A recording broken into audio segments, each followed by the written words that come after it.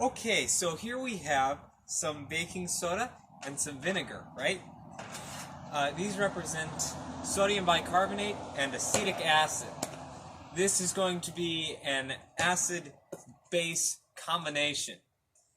What we're going to get out of this is CH3COONA and water and carbon dioxide. It's going to be real fun. All right. Just pour a little bit in there. That's a lot.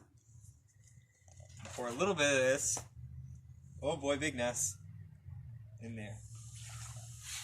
Now, what's happening here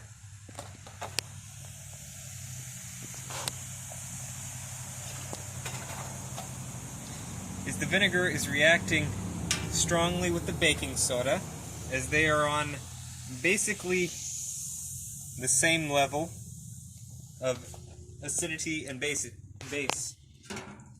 stinks, put the cap on. To each other. So, left behind, you can see in the bottom there is the CH3COONA, and in between here, this is all just water. And what foamed off at the beginning, that was the carbon dioxide. Alright, let's answer the questions. I picked this activity because I really wanted to combine vinegar and baking soda. And this was the only excuse I could find to do it. What I did was I took a little bit of baking soda and a little bit of vinegar, and I put them in a glass, and I looked up some stuff, and I wrote it down, and I combined it. Scientific principles or laws or theories are represented in my activity.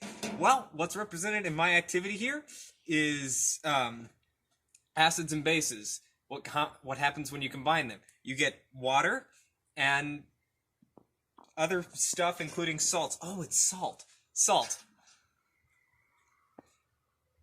Let's see. Next.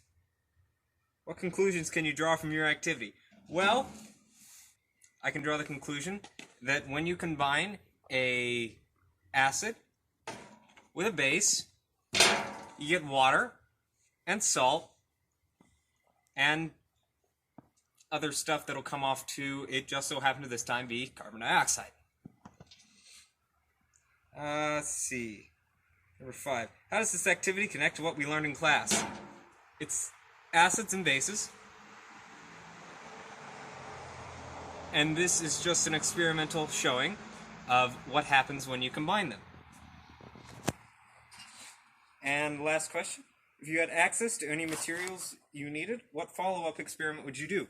Well, I would combine other acids and bases. Strong acids and strong bases, just to show the difference.